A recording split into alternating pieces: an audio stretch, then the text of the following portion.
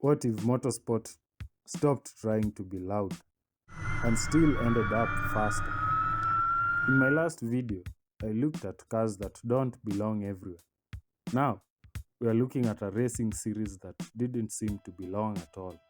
No engine noise, no combustion, no reason it should work. And yet, Formula E exists.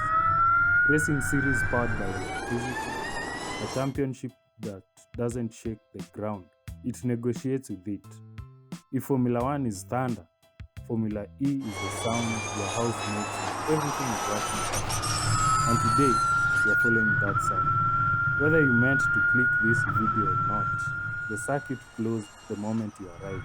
The story begins in 2011, a dinner in Paris. Two men, Todt, Alejandro Agag, they discuss the future, mobility, sustainability, and the uncomfortable possibility that internal combustion might not be immortal. And then, as the story goes, an idea is written down on a napkin or a placemat, or possibly just remembered later and retroactively assigned stationery. The detail doesn't matter, the idea does. Electric cars, a concept so unusual that the motorsport world responded with the emotional intensity of someone blinking twice and continuing their meal. Because racing traditionally is built on controlled explosions, and this was the absence of them. In 2014, the first season begins. The cars work technically, but not for long enough, which is why drivers had to switch cars mid race.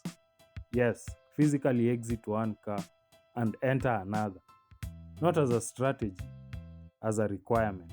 It looked less like racing and more like a well funded relay experiment. And yet, people watched.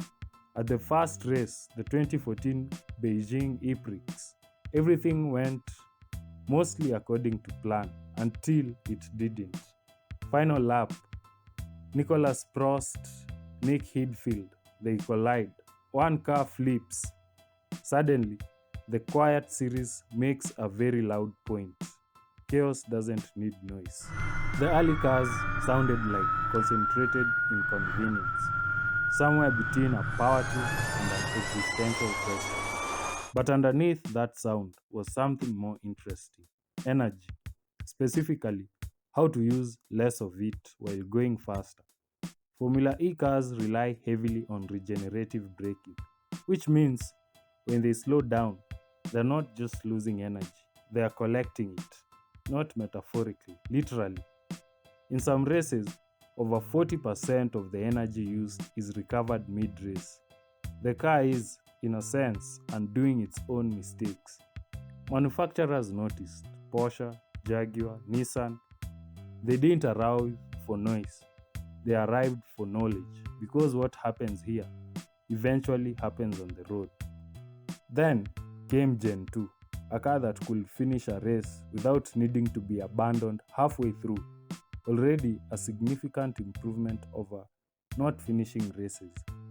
The design looked like it had been described to an AI using only verbs: sharp, angular, slightly confrontational, but effective. No more castles, just one machine, one race, one continuous attempt at efficiency. Formula One evolves through combustion cycles. Formula E evolves through software updates. Two philosophies: one burns fuel, the other edits itself. Formula E doesn't build racetracks, it borrows cities: New York City, Berlin, Rome, Monaco. Places where people wake up expecting traffic and get a temporary electric battlefield instead. Formula One builds monuments. Formula E installs pop ups. One is permanent, the other is politely temporary. Formula E has something called attack mode. To activate it, a driver must leave the racing line and drive through a glowing activation zone, which gives them more power at the cost of time. It's a system built on contradiction. Lose time to gain advantage. Some call it gimmicky, others call it strategic. Everyone agrees it exists, and in motorsport, existence is usually enough. The drivers here are precise, measured, efficient, like fighter pilots who also understand spreadsheets. Names like John, Eric Van, Lucas Di Grassi. Some came from Formula One not because they couldn't stay, but because they were curious, and curiosity has a habit of arriving early.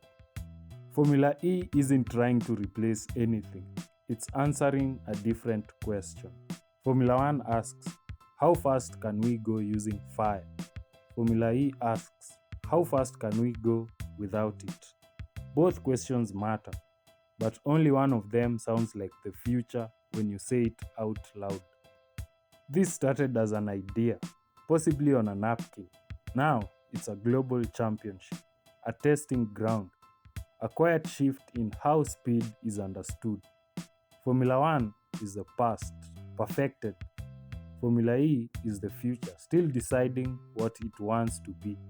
And somewhere between those two is where things get interesting. If you've made it this far, you didn't just watch this, you adjusted to it. And that's how quiet revolutions work.